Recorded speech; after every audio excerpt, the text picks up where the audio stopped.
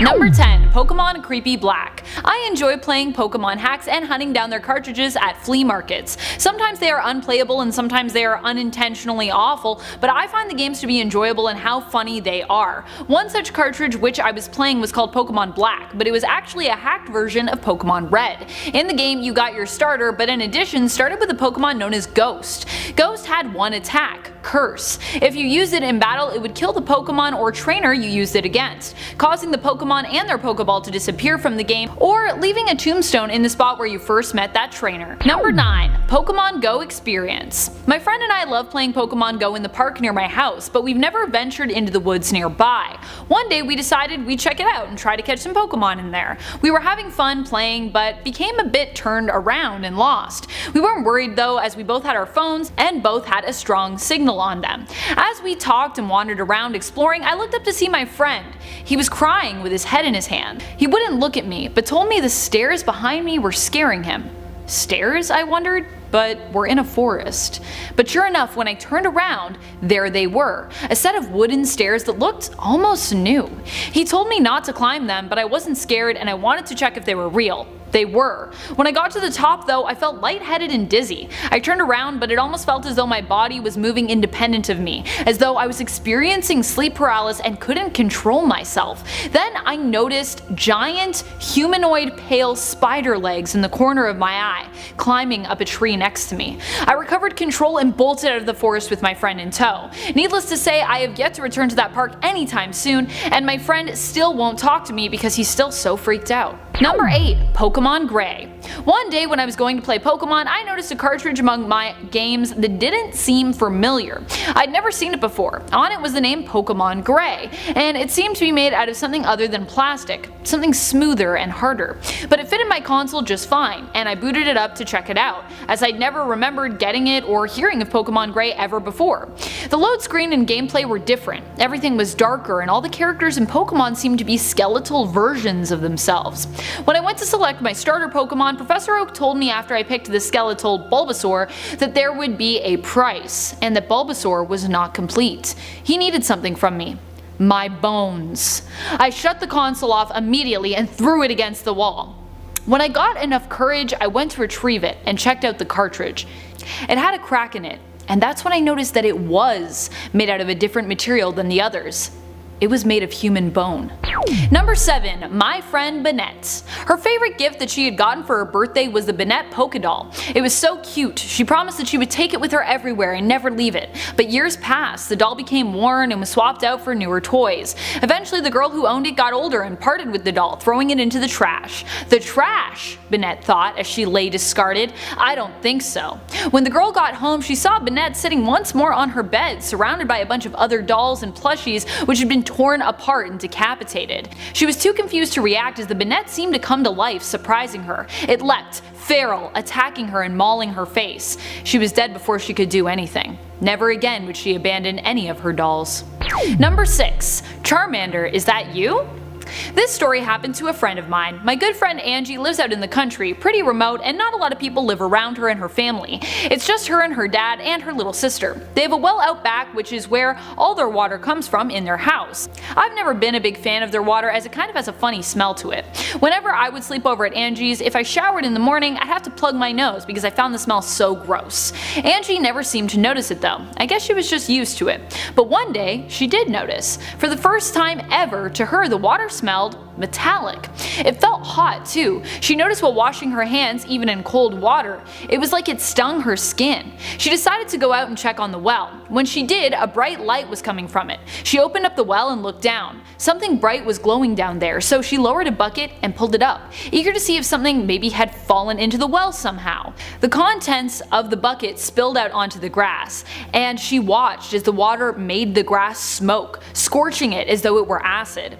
A creature tumbled from the bucket as well, and Angie, who was a big Pokemon fan, thought she recognized it. It looked like Charmander, but this Charmander looked angry and somewhat shriveled. It cried out. She reached out a hand, attempting to reassure the creature it would be fine. Charmander was her favorite Pokemon after all.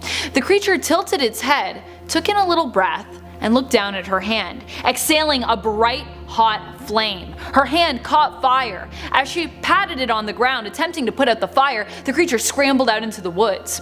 Dragon or real-world Charmander, whatever it was, has yet to be seen again by Angie, but she still bears the scars from when it burned her. While it may never return, she'll never forget. Number 5. WARTORTLE at the End of Time. My friend Charlie's brother Travis loved playing Pokemon. He prided himself on being the best trainer and made sure he always collected every single Pokemon in the games. He always bragged that he was the best in Pokemon battles, no matter which Pokemon game you were talking about: Red, Diamond, Ruby, Silver, Pokemon Go. He prided himself on being number 1. Or he used to. He doesn't play anymore, and when I asked Charlie why, he told me that something had happened to Travis while playing. Apparently, while playing Leaf Green, Travis said the game glitched out. The screen went black and then opened up on a very old-looking WARTORTLE. The WARTORTLE said that he was an immortal WARTORTLE who had been alive since the first days of Pokemon, and its spirit had lived even beyond that.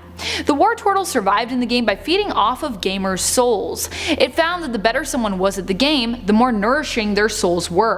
It had come, it said, for Travis's soul. Number 4. The Haunted Woods. The woods near my house were always quiet, until one night. I was walking home after playing at a friend's house. It was getting late and darker outside by the second, so I decided to take a shortcut through the woods. That's when I started to notice a whistling sound. I don't know why, but I was curious. I felt compelled to wander towards it, as though it were calling me. Later, I would realize why. It was the children's spirits. They only wanted to play. They only wanted more friends. But I became lost in the woods. Lost, as they had been lost before me. I never found my way out, collapsing on a stump, starved and thirsty as my organs began to shut down. My spirit merged with the stump then, became fused to it, and I too joined the whistling in the woods with my new friends as another ghostly phantom. Number 3. Buried Alive Model. It is rumored that the original final story of the Pokemon Tower featured a boss, originally known as the Buried Alive Model, but that the character was later replaced with the Marowak ghost instead. This Buried Alive Model, also known as the Buryman script, involved you fighting a decaying human corpse appearing to be crawling out of the ground. It would battle you with 2 white hands, a Gengar, and a Muck. If you lost the battle, the corpse would cry out, "Finally, fresh meat!" Number 2. Missing Pokemon Trainers. My friends and I have always loved playing Pokemon Go since it first came out. We're all Team Valor. One of our favorite things after the school day is done is to walk home together catching Pokemon, battling Team Rocket, hitting up Pokestops, and stopping to battle at the local gym. It's kinda like our routine. We do it every morning on the way to school, meeting up to walk together, and at the end of every school day on the way home. We all have different favorite Pokemon that are our favorites for leaving in the gym. Mine has always been Emboar. However, one day when we walked home, we noticed one of our friends in the group was missing. Maybe they went home early, I thought, because they got sick in the middle of the day. But when we stopped to hit up the gym without them, we also noticed that their Pokemon was gone, despite the fact that all of ours remained, as no one had defeated our hold on that gym. The next day our friend wasn't at school either, and when we all decided to stop by their house at the end of the day to check on them, we noticed the house appeared abandoned. Even weirder, another of our friends from the morning had seemingly disappeared from the beginning of the school day to the end. We also stopped by their home and it seemed also abandoned. Their Pokemon was also missing from the gym we'd taken that morning. We all have since stopped playing, and we're all still here, but the other 2 and their families seem to have disappeared without a trace. Number 1. Lavender Town Syndrome. While it was never proven to be true, Lavender Town Syndrome was rumored to be a mental illness caused by certain high-pitched binaural tones in the game from the original Lavender Town theme. Apparently the music had to be changed later on because these tones were causing children in Japan who played the game to experience depression, and even cause cases of self-harm among children between ages 7 to 12. In 10, the Night of Lightning. The gates are sealed. The attackers have retreated, mostly. There are a few stragglers left who wish to see their kingdom burn. They think they can be a hero. They think they'll save their kingdom. Pathetic. Their kingdom is ours and shall remain as such for eternity. The storms here are common, even more common than a battle in a tavern. However, the wonder of this village is at its end. We've had fun, but I think it's time to take another, and begin our reign over the regions. We have Unova, now time for another. Wait. Why did the storm just get worse? Just as I think that, I see it. The darkest shadow one could ever think of flying over the clouds. It's as dark as Darkrai, but not him. I see a faint amount of blue shining through the clouds. It's almost like a god. And then you hear it. You have lost your way. Return to your righteous path or face annihilation. It's as if it just spoke to our brains. We look at each other and everyone else heard the same. "We will fill this land with our righteous fury," I cried at the beast. That was the wrong idea.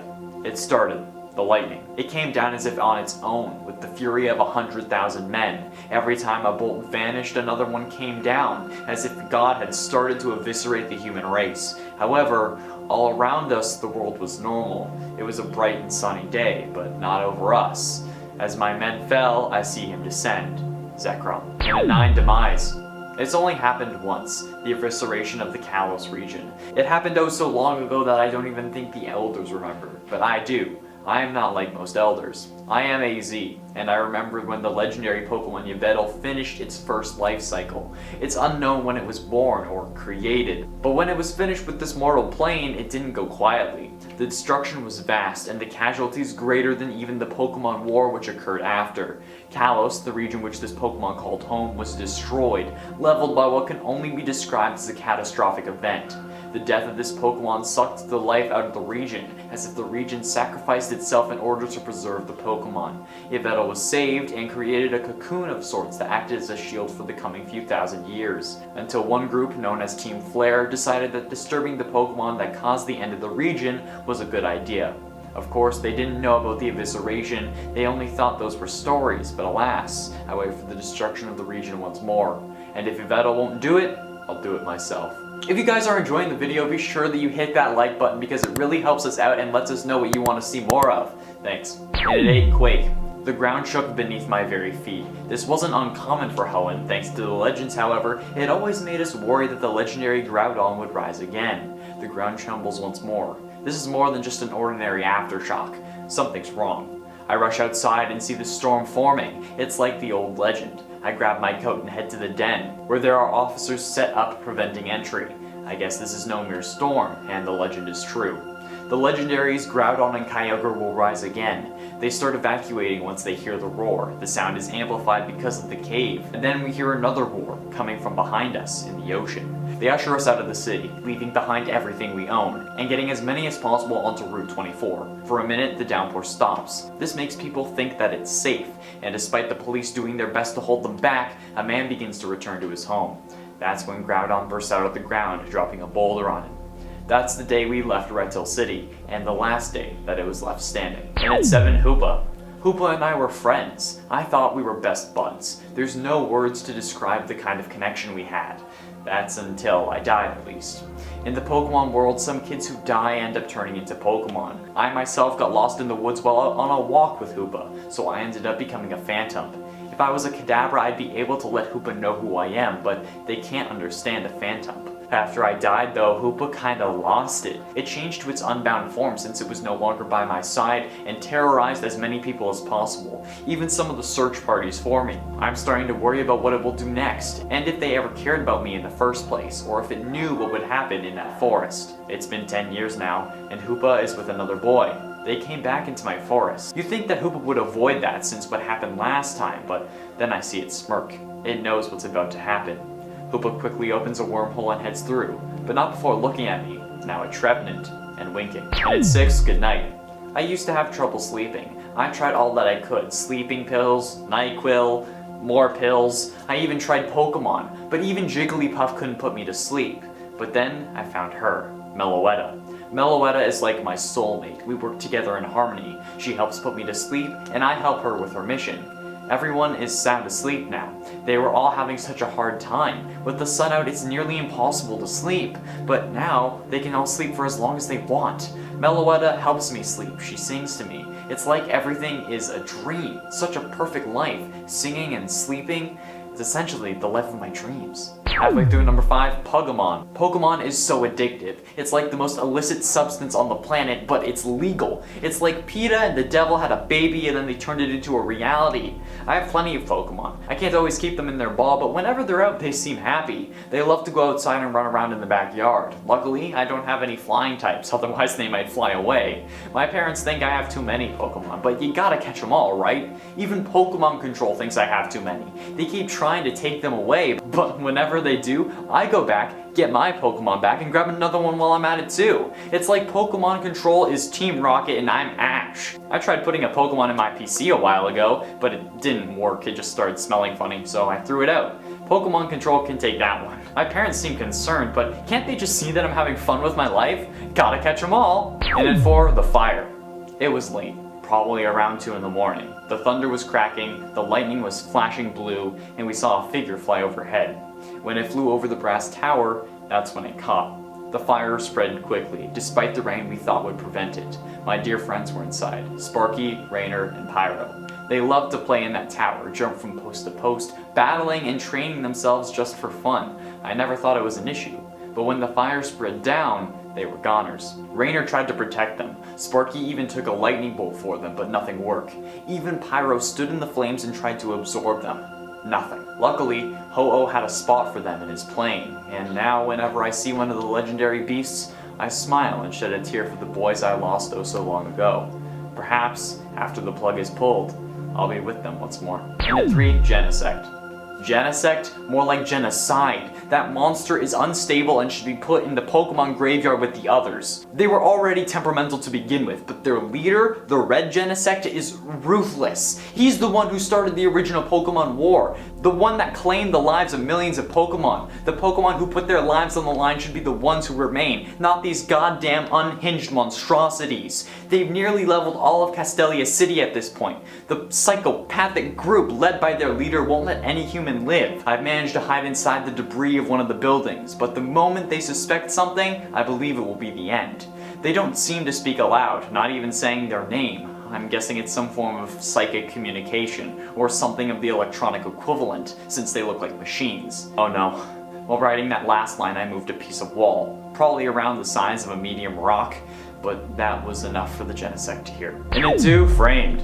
Officer, I swear I didn't do it. I wasn't even in Nimbasa City last week. I've been in Castelia City for the past month doing my research. What, filling up that Pokedex? You seem to have the Pokemon that appear after Mistralton, which means you have to have had passed through Nimbasa. Why would you go back? Because I missed stuff. Come on, there has to be an explanation for this.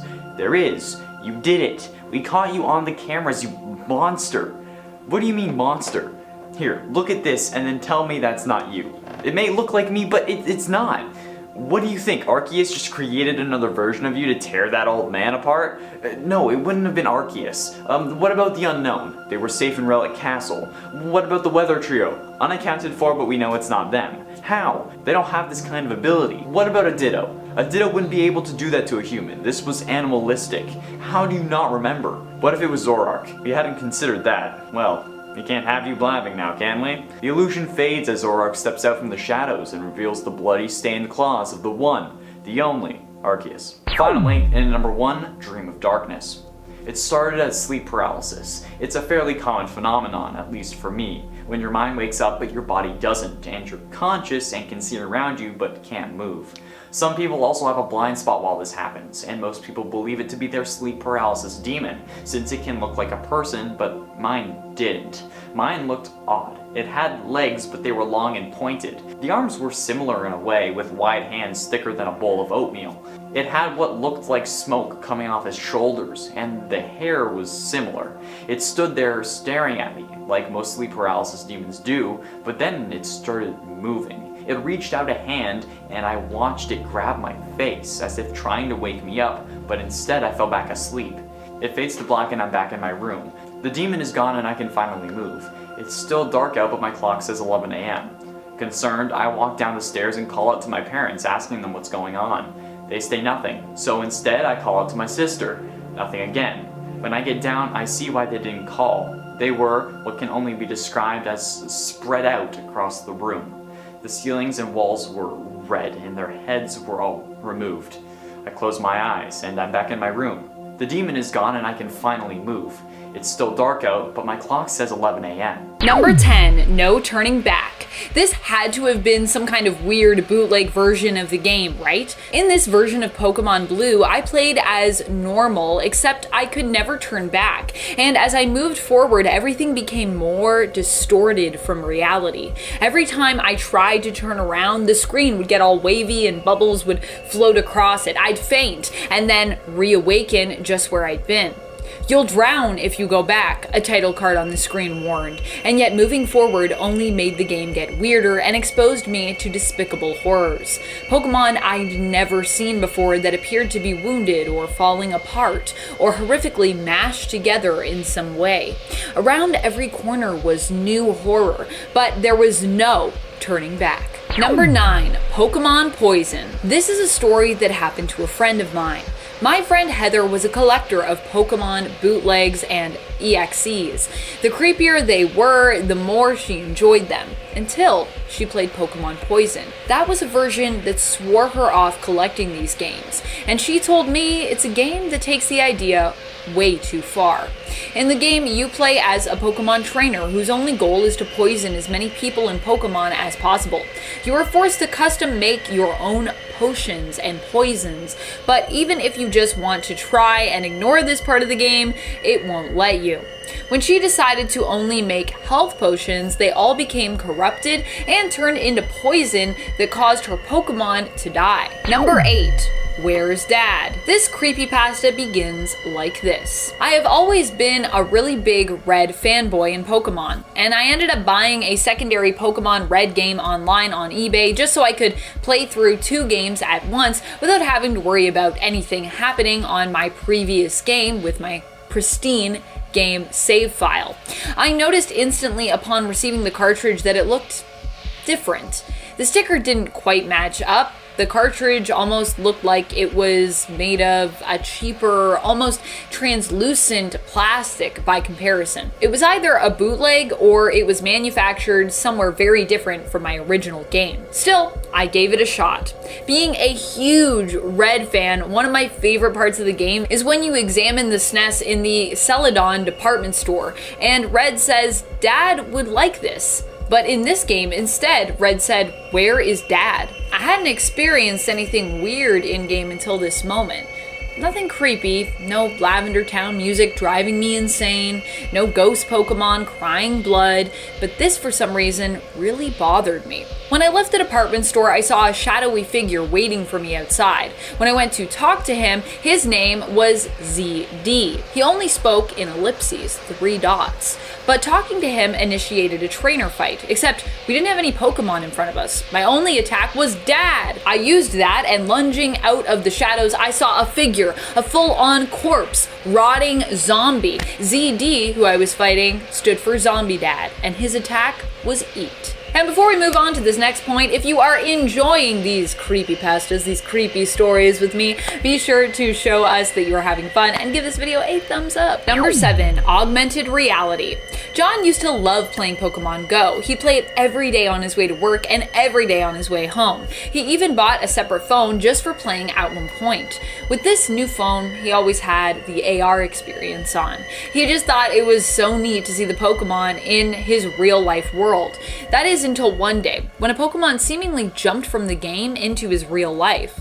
As he lowered his phone, the Bulbasaur seemed to blend into reality. It snapped at a nearby rider on the streetcar, and he leaped in their path to protect them, accidentally falling over into them as the streetcar lurched to a stop. "Excuse me," the disgruntled rider exclaimed in anger.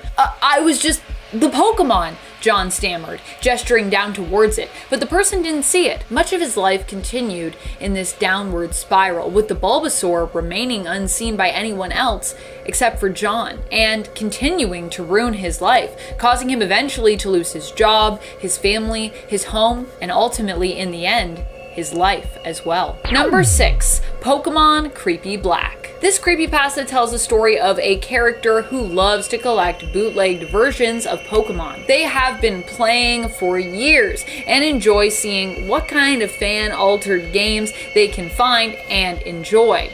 One day they come across a game referred to as Pokemon Black. This bootleg version of the game introduced the player to Ghost. Ghost is a Pokemon who only has one attack, called Curse.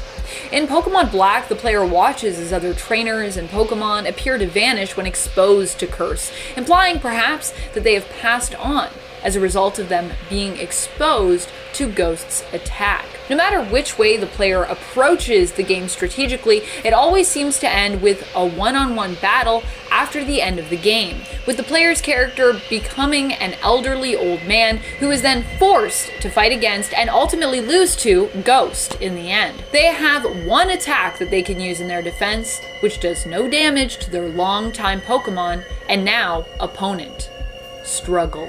Number 5, From Within. This is a true story, one that warns of what can happen when the line between fantasy and reality begins to blur, when you become so invested in games that they become like real life. Isaiah played Pokemon more than he did anything else. Whether he was at school, at work, he would find ways to play. He preferred baths to showers actually because it freed up his hands to play while washing. He was obsessed, to say the least. Isaiah had always wished that he could live life as though he were a real trainer. It was one day when he was in the bath playing Pokemon Red that he got more than he had bargained for when it came to that wish. He was trying to catch a Gengar, but during his attempt, a cutscene he'd never seen before started up and was triggered. The Gengar he saw in front of him looked hyper-realistic, more realistic than his console should have even been able to show. "Do you truly wish to become the best trainer?" the Gengar somehow asked him. He selected the option yes, but the Gengar demanded he speak aloud his answer. "Yes!" he cried out. The Gengar then seemed to leap forward toward him and then emerged from the screen. It grabbed his face in both hands and pulled him through the screen. And the game console splashed down into the bath. Isaiah was gone, but the game continued. Number 4, Nightmare Attack. This was an attack I noticed my Kadabra had one day while playing in a game. Not sure if it was an error or a glitch or exactly where it came from. I just know that this happened to me and I don't know why. When used, Nightmare would cause no harm to the Pokemon, but after the battle I noticed the trainers were different. They would pass out near the end of battle, either when I was about to lose or run or just upon victory even. They would faint, and then when I left and tried to wake them up, I would get this creepy flash of them smiling and foaming at the mouth, like some kind of jump scare card. This glitch or error, I don't know what it was so bad that I found myself unable to play my game, or any Pokemon games anymore, without thinking about it. It's not only haunted my own nightmares, but constantly haunts me when I think of the franchise. Has anyone else had this Kadabra attack or knows where it comes from? Number 3, the Mystery Door. I had never been to this place. It was a department store that somehow appeared in a cave when I was playing Pokemon Red. I didn't know how it got there or where it came from, but I was curious. I went inside. There was a shop owner who looked normal, as well as some items for purchase. At the back of the store was a door, but when I approached it, the shop owner stopped and asked me, "Do you wish to open the mystery door?" My only option for responses was no. To which he'd respond, "Okay, if you change your mind, let me know. We can always talk about the cost to do so." I left the store, but every time I played would end up visiting it again during my session. It was such a weird place.